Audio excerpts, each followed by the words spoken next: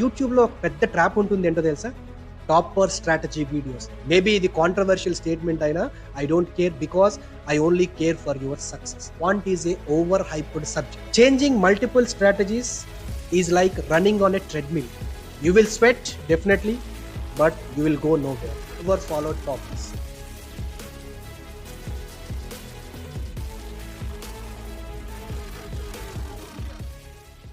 Neither was I a topper, nor was I perfect. But I had only one thing burning in my head: this exam has to be mine. And just with one shot, I cleared it. Hi, I am Sai Krishna, currently working as officer in State Bank of India. I have cleared SBI PO in 2021 and also cleared various other exams like IBPS PO, IBPS Clerk. Stay with me for a few more minutes and I'm going to share 7 golden principles which are very realistic and practical, and they are going to help your dream job get closer than ever. Let's get started. Rule number 1. The primary rule is to know where you stand. You know yourself better than anybody else. మీరు ఎప్పుడైతే banking ఎగ్జామ్స్ని సీరియస్గా తీసుకోవడం start చేశారో మీరు చేయవలసిన మొట్టమొదటి పని మీ swat అనాలిసిస్ని ready చేసుకోవాలి. స్వాట్ అనాలిసిస్ అని వినగానే చాలా మంది ఏదో పెద్ద కార్పొరేట్ థింగ్ లా ఉంటుంది, మనకి సంబంధం లేదు అనుకుంటారు. బట్ గుర్తుపెట్టుకోండి, swat analysis is very personal and also brutally the honest thing that you'll ever do in your preparation. ఒక విషయం చెప్పనా, you cannot win a war without knowing your own weapons. So swat analysis అనేది అంత important. ఒకవేళ మీకు swat analysis అంటే ఏంటో తెలియకపోతే don't worry, I will help you. So basically స్వాట్ అనాలిసిస్ అంటే writing down your strengths, weakness, opportunities and threats. నేను నా ప్రిపరేషన్ స్టార్ట్ చేసేటప్పుడు చాలా మంది బిగినర్స్ లానే నేను కూడా చాలా మిస్టేక్స్ చేసేవాడిని. సరైన గైడెన్స్ దొరకకో లేకపోతే ఇంకొకటో చాలా మిస్టేక్స్ చేసేవాడిని. బట్ ఎప్పుడైతే నేను సీరియస్గా తీసుకున్నానో, ఖచ్చితంగా ఇంక ఇది క్లియర్ చేయాల్సిన టైం వచ్చింది అని ఫిక్స్ అయ్యానో, అప్పుడు నేను కూడా స్వాట్ అనాలిసిస్ రెడీ చేసుకున్నాను. అప్పుడు నా స్ట్రెంగ్స్ ఏంటి అని నేను ఆలోచించేటప్పుడు problem solving skills are my strength. అలానే ఎగ్జామినర్ లైక్ అప్రోచ్, అంటే ఒక ఆస్పిరెంట్ లానే కాకుండా ఎగ్జామినర్ ఎలా ఆలోచిస్తాడు, ఎలాంటి క్వశ్చన్స్ అడిగే అవకాశం ఉంది అని ఆలోచించే తీరు నాకు ఉంది. అది కూడా నాకు స్ట్రెంగ్త్ అని నేను ఐడెంటిఫై చేశాను. సో ఆ రెండు నా స్ట్రెంగ్స్గా రాసుకున్నాను. సో మీ స్ట్రెంగ్స్ ఏంటి అనేవి కూడా మీరు రాసుకోవాలి. నాకున్న స్ట్రెంగ్స్ మీకు లేకపోయినంత మాత్రం మీరు బాధపడాల్సిన అవసరం లేదు, మీకు జాబ్ రాదని కాదు. Every individual is different. మీ స్ట్రెంగ్త్ లెట్స్ సే క్వాంట్లో మీరు స్ట్రాంగ్గా ఉన్నారు, రైట్ ఇట్ డౌన్. క్యాలిక్యులేషన్స్ బాగా చేస్తారు, పజిల్స్ ఫాస్ట్గా చేస్తారు, what ever the strength is, right it down. Coming to weakness, నా వీక్నెస్ ఏంటి అంటే నేను ప్రతి టాపిక్లో పర్ఫెక్ట్ అవ్వాలి అని అనుకునేవాడిని. లెట్స్ సే క్వాంట్ తీసుకుంటే ఫస్ట్ ఒక పర్సంటేజెస్ అనే టాపిక్ తీసుకున్నాం అనుకోండి. అందులో ఎన్ని మోడల్స్ ఉంటే అన్ని మోడల్స్ కవర్ అయిపోయిన తర్వాత కూడా ఇంకా మళ్ళీ మళ్ళీ ప్రాక్టీస్ చేసి ఒక లెక్చర్ విన్న తర్వాత, ఐ మీన్ యూట్యూబ్లో ఎవరో ఒకసారి దగ్గర విన్న తర్వాత మళ్ళీ ఇంకా చాలా మంది ఎడ్యుకేటర్స్ దగ్గర, మల్టిపుల్ ఎడ్యుకేటర్స్ దగ్గర విని, అంటే సంథింగ్ లైక్ ఏదో ఆ టాపిక్లో పిహెచ్డి చేసేసేంత దారుణంగా అదే టాపిక్ని ప్రిపేర్ అయ్యేవాడిని. So that is one of my weakness. దానివల్ల మిగతా వాటికి నాకు టైం సరిపోయేది కాదు. ఇక్కడ వచ్చేది ఆ ఒక్క మార్కే, మిగతా దగ్గర పోయేవి ఎన్నో మార్కులు. అలాంటి వీక్నెస్ని ఐడెంటిఫై చేసి ఆ వీక్నెస్ రాసుకోండి. Next, opportunities. మనం ఎంత కష్టపడి ప్రిపేర్ అవుతాము, వాట్ ఆర్ అవర్ ఆపర్చునిటీస్ అంటే డెఫినెట్లీ ద బ్యాంక్ నోటిఫికేషన్స్. మనకి ఇప్పటికే రిలీజ్ అయిన నోటిఫికేషన్స్, ఇంకా రాబోతున్న నోటిఫికేషన్స్, ఇవన్నీ కూడా మనకి opportunities. Now what about threats? High competition ఒక థ్రెట్, కట్ ఆఫ్స్ అనేవి ఒక థ్రెట్స్ ఉంటాయి, లేకపోతే ఇంకా మీకు ఏమైనా ఫ్యామిలీ నుంచి ప్రెజర్స్ ఉంటే అదొక థ్రెట్. అలాంటి థ్రెట్స్ రాసుకోండి. నాకు వచ్చేసరికి నేను ఇందాక చెప్పినట్టుగా డిస్ట్రాక్షన్, అంటే యూట్యూబ్లో నేను ఎవరిదో ఒక క్లాస్ వింటూ ఉన్నాను అనుకోండి, ఇంకెవరో ఒకసారి అదే టాపిక్ మీద క్లాస్ చెప్తే అరే ఈయన ఎలా చెప్తున్నాడు అని చెప్పి అటువైపు డిస్ట్రాక్ట్ అయ్యేవాడిని. సో ఈ డిస్ట్రాక్షన్స్ వల్ల నాకు అనవసరంగా టైం అనేది వేస్ట్ అయ్యేది. But somehow they helped me in becoming a good teacher later, that's a different story.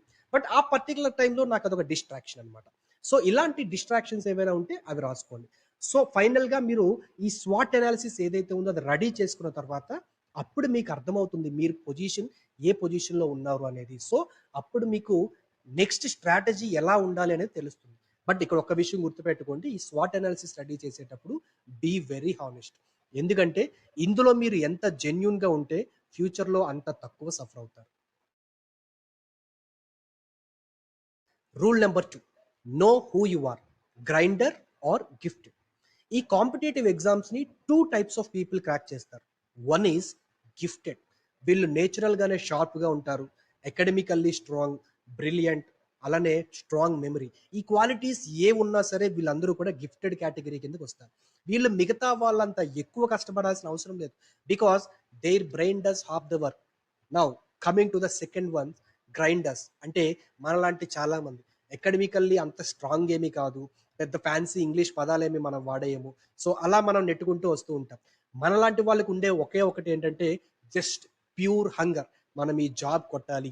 So day and night కష్టపడతాము. కౌంట్‌లెస్ సాక్రిఫైసెస్ ఇవన్నీ మనకుంటాయి. సో మనం ఏ కేటగిరీ కిందకి వస్తామంటే గ్రైండర్స్. మరి ఎందుకు మనం ఈ రెండిట్లో ఏ కేటగిరీలో ఉంటామో తెలుసుకోవాలి అంటే, బికాజ్ స్ట్రాటజీ అనేది ఇద్దరికీ డిఫరెంట్‌గా ఉంటుంది. ఆల్రెడీ గిఫ్టెడ్‌గా ఉన్న వాళ్ళకి ఒక స్ట్రాటజీ ఉంటే, గ్రైండర్స్‌గా ఉన్న వాళ్ళకి ఇంకొక స్ట్రాటజీ. మనం ముందే తెలుసుకోకపోయినప్పుడు చేసే మిస్టేక్ ఏంటో తెలుసా? చాలా మంది గ్రైండర్స్ ఎక్కడో యూట్యూబ్‌లో ఎవరో ఒక టాపర్ స్ట్రాటజీ చూసి అది ఫాలో అప్ చేయాలి అనుకుంటారు. అది ఫాలో చేసేసరికి ఆ స్పీడ్‌ని అందుకోలేక some day they will burn out, give up ఇచ్చేస్తారు. అరే! ఇదంతా నా వల్ల కాదు. ఈ ప్రిపరేషన్ ఇవన్నీ నా వల్ల కాదు. నాకు కాదేమో ఇదంతా అని చెప్పి వదిలేస్తారు. అలానే గిఫ్టెడ్ వన్స్ ఉంటారు. వాళ్ళకది మేము గిఫ్టెడ్ వన్స్ అని తెలియలేదు అనుకోండి. వాడికి తెలిసిన బేసిక్ చాప్టర్సే ఒక 6 గంటల పాటు వింటారు అనవసరంగా. సో, దానివల్ల వాళ్ళకి కూడా టైం వేస్ట్. సో, మీరు గిఫ్టెడా? గ్రైండెడా? అనేది ఖచ్చితంగా తెలుసుకుంటేనే మనం నెక్స్ట్ ఎలా స్ట్రాటజీ వేయాలి అనేది తెలుస్తుంది. So, that is the second step. Rule number 3, never follow toppers.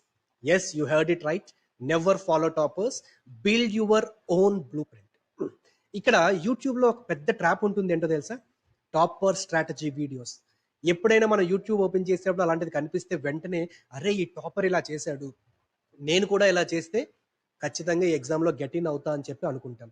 But trust me, it doesn't work that way. అంటే నేను టాపర్స్‌ని ఫాలో అవ్వద్దు అన్నాను కదని చెప్పి వాళ్ళ నుంచి ఇన్‌స్పైర్ అవ్వద్దని నేనేం చెప్పట్లేదు. వాళ్ళదేదో తప్పని కాదు. Toppers are not wrong. But their life is not your life. Their circumstances are different. Your circumstances are different. Their capabilities are different. Your capabilities are different. Bro, ఇద్దరు డిఫరెంట్ ఇండివిడ్యువల్స్. 2 డిఫరెంట్ ఇండివిడ్యువల్స్‌గా ఉన్నప్పుడు ఇద్దరికీ ఒకటే strategy ఎలా work out అవుతుంది అనుకుంటున్నారు? Remember, there is nothing like topper strategy. అతనికి తగ్గట్టుగా అతను ఒక స్ట్రాటజీని మలుచుకొని అతను టాపర్ అయ్యాడే తప్పితే టాపర్ స్ట్రాటజీని ఫాలో అవ్వలేదు. నువ్వు కూడా ఒక స్ట్రాటజీని నీ స్వాట్ అనాలిసిస్‌కి తగ్గట్టుగా అనలైజ్ చేసుకొని ఒక బ్లూ ప్రింట్ చేసుకో ఒక స్ట్రాటజీని. అది నీకు వర్కౌట్ అవుతుంది. రేపొద్దున్న నువ్వే ఒక టాపర్. అది రేపొద్దున్న ఇంకొకళ్ళకి వర్కౌట్ అవ్వాలా అంటే అవ్వాల్సిన అవసరం లేదు. So, every individual is different. Every person's capabilities and circumstances are different. So, దానికి తగ్గట్టుగా మనం స్ట్రాటజీ వేసుకోవాలి. అందుకే ఇందాక స్వాట్ అనాలిసిస్ అండ్ సెకండ్ స్టెప్ అయిన గ్రైండర్ ఆర్ గిఫ్టెడ్ అనేవి ఇంపార్టెంట్ అని చెప్పాను. Understand what exam needs, not what you like.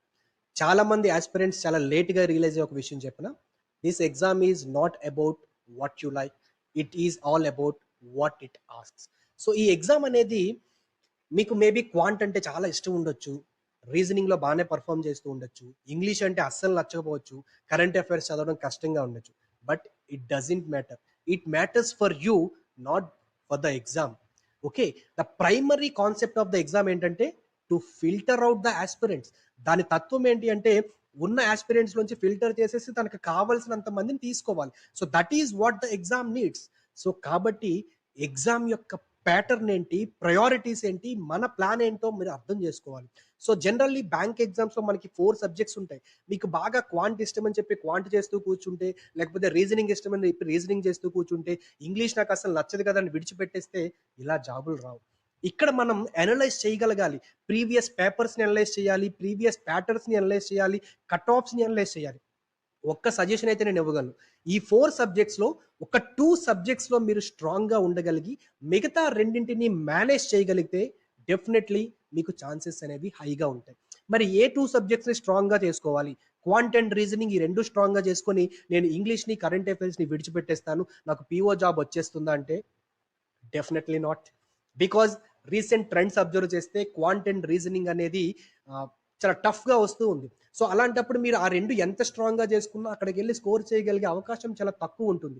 అలాంటప్పుడు మీరు 2 మిగతా విడిచిపెట్టేసిన ఇంగ్లీష్, కరెంట్ అఫైర్స్ వల్లనే మీ జాబ్ పోయే అవకాశం ఉంది. సో, ఇక్కడ స్ట్రాటజీ అనేది గుర్తుపెట్టుకోండి. 2 సబ్జెక్ట్స్‌లో స్ట్రాంగ్ ఉండండి. మిగతా రెండింటిని మేనేజ్ చేయండి.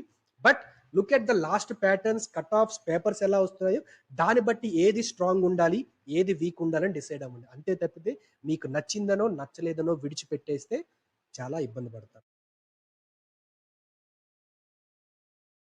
Rule number 5, practice only what you will perform, not everything you see. ఇక్కడ ఒక విషయం ఖచ్చితంగా నేను చెప్పగలను. మీకొచ్చే మార్కులు మీరు ఏది పర్ఫార్మ్ చేశారో దానికే వస్తుందే తప్పితే మీ ఎఫర్ట్స్‌కి కాదు. సో, ఒక విషయం నేను చెప్పనా? చాలా మందిని చూస్తూ ఉంటాను యాస్పిరెంట్స్‌ని. They are obsessed with quantitative aptitude. Bank exams అనగానే క్వాంట్ అంటే చాలా పడి చచ్చిపోతుంటారు. క్వాంట్ పుస్తకాలనే తిరిగేస్తూ, రోజంతా చేస్తూ, మిగతా సబ్జెక్ట్స్‌ని విడిచిపెట్టేస్తూ ఉంటారు. But brother trust me, quant is just a subject. ప్రిలిమ్స్‌కి వచ్చేసరికి క్వాంట్ ఈజ్ ఒక సబ్జెక్టే. మిగతా రీజనింగ్ లానే, ఇంగ్లీష్ లానే అది కూడా ఒక సబ్జెక్టే. It has its own weightage. ఒప్పుకుంటాను, దానికి ప్రాక్టీస్ అవసరం. కానీ దానికంటూ ఒక లిమిట్ ఉంది. మెయిన్స్‌లోకి వచ్చేసరికి quant is all about data interpretation. Especially PO మెయిన్స్‌లో. ఇందాక నేను చెప్పినట్టు క్వాంట్ అనేది అంత ఈజీ కాదు క్లియర్ చేయడం పీఓ మెయిన్స్‌లో. అలాంటప్పుడు మీరు దానికి ఎన్ని గంటల పాటు ప్రాక్టీస్ చేసినా రేపు పొద్దున్న అక్కడ సఫర్ అవుతారు. సో నేను ఒక్క విషయం చెప్తా, quant is a over hyped subject. దానికి అంత హైప్ ఇవ్వాల్సిన అవసరం లేదు. క్వాంట్ అనేది కూడా మిగతా సబ్జెక్ట్స్ లానే తీసుకోండి.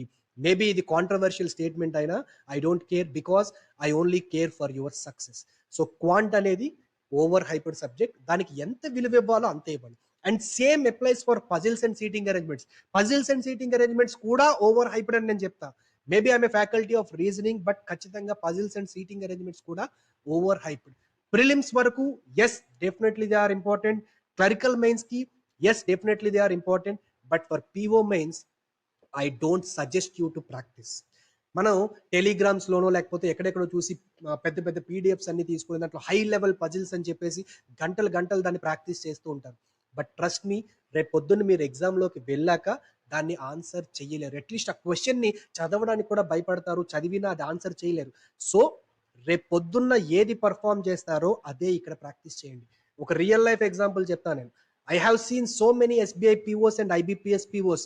క్వాంట్లో 2 అటెంప్ట్, రీజనింగ్ లో 5 అటెంప్ట్స్. ఇలా చేసిన వాళ్ళందరూ ఈ రోజు కూడా పబ్లిక్ సెక్టర్ బ్యాంక్స్ లో ఆఫీసర్స్ గా ఉన్నారు.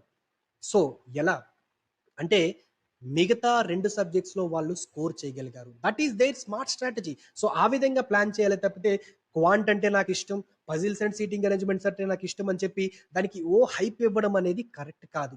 Especially I'm talking about PO mains. దీన్ని అన్నిటికీ మళ్ళీ ఆపాదించి నన్ను తప్పుపట్టద్దు.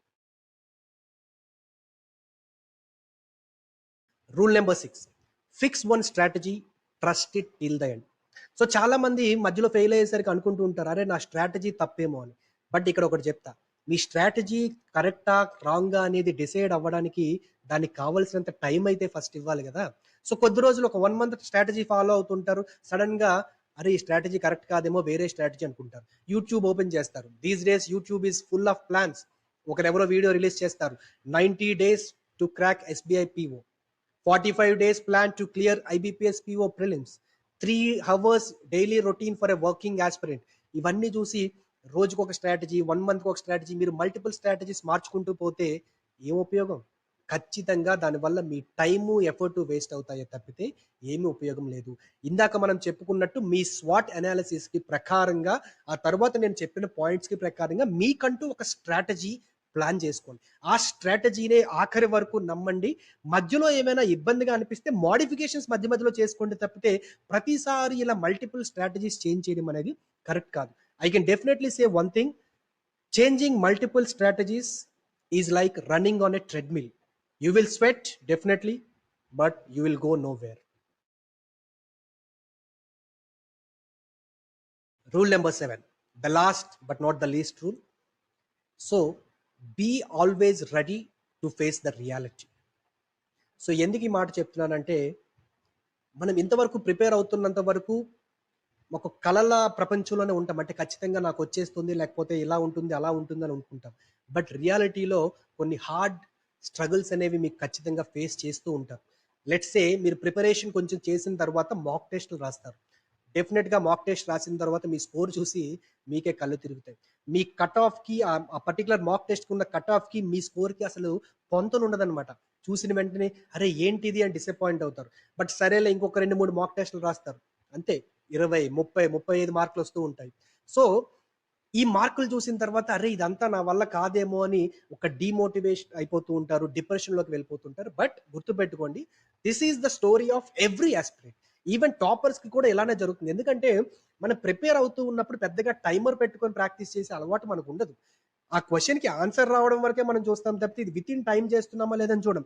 సడెన్‌గా మీరు మాక్ టెస్ట్‌లోకి వెళ్ళేసరికి వాడు పర్టిక్యులర్‌గా ఈ టైమ్‌లోనే ఆన్సర్ చేయమని చెప్పేసరికి మనకి ఎక్కడ లేని ప్రెషర్ వచ్చేసి మనం ఆన్సర్ చేయలేం. తెలిసినవి కూడా ఆన్సర్ చేయలేం. సో ఆబ్వియస్‌గా మీకు ఆ మార్క్స్ తక్కువగానే వస్తాయి. బట్ దాన్ని చూసి మీరు కంగారు పడవద్దు. ఈరోజు తక్కువ రావచ్చు. లెట్స్ సే ఈరోజు 21, next week it may be 31, next 41, but some day it is 71 and other day 81. ఆ రోజు you will thank your self for not giving up on the day where you got 21. So mock test లో మార్కులు అనేవి పెరుగుతాయి. But first నుంచి దాన్ని expect చేయొద్దు, నిరాశ చెందొద్దు. And second one, real life exams లోకి వెళ్తారు, రియల్ ఎగ్జామ్స్ రాస్తారు. ఇక్కడ మాక్ టెస్ట్ లో బాగా వచ్చినప్పటికీ కూడా మేబీ అక్కడ ఏదో ఒక కారణం వల్ల ప్రిలిమ్స్ లోనే ఫెయిల్ అయ్యే ఛాన్స్ ఉంది. లేదు ప్రిలిమ్స్ క్వాలిఫై అయ్యారు, మెయిన్స్ లో మిస్ అవ్వచ్చు. లేదు ప్రిలిమ్స్ అండ్ మెయిన్స్ కూడా అయ్యాక బ్యాడ్ లక్ ఇంటర్వ్యూలో ఫెయిల్ అవ్వచ్చు. అప్పుడు మీకు రియల్ ప్రెజర్ అనేది స్టార్ట్ అవుతుంది. అప్పుడు మీకు ప్రతి ఒక్కరి నుంచి మాటలు వినిపిస్తాయి. మీ పేరెంట్స్ మళ్ళీ అడుగుతూ ఉంటారు ఇంకెన్నాళ్ళు. రిలేటివ్స్ ఏదేదో మాట్లాడుకుంటూ ఉంటారు. ఫ్రెండ్స్ ఒక్కొక్కరు సెటిల్ అవుతూ ఉంటారు. సడన్ గా ఒకరోజు సోషల్ మీడియా ఓపెన్ చేసినప్పుడు ఎవరో ఒకళ్ళు ఐ గాట్ ఏ జాబ్, లేకపోతే నేను ప్లేస్ అయ్యాను అని చెప్పి ఒక స్టేటస్ ఏదో కనిపిస్తూ ఉంటుంది. మీ క్లాస్‌మేట్సో లేకపోతే ఎక్కడో స్కూల్ మేట్స్ ఎవరో ఒకళ్ళు మంచి జాబ్ వచ్చి పెళ్ళిళ్ళు చేసుకుంటూ వాళ్ళు పెట్టిన స్టేటస్‌లు కనిపిస్తాయి. ఇవన్నీ చూసినప్పుడు అరే! నేనొక్కడినే ఇలా మిగిలిపోయానా అని చెప్పి బాధపడతారు.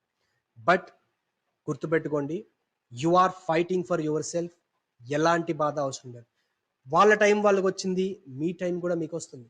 సో, ఇలాంటి ప్రెషర్స్ అన్నీ వచ్చినప్పుడు ఇవన్నీ real struggles of a warrior అన్నమాట. ఇలాంటివే మీ క్యారెక్టర్‌ని బిల్డ్ చేస్తాయి.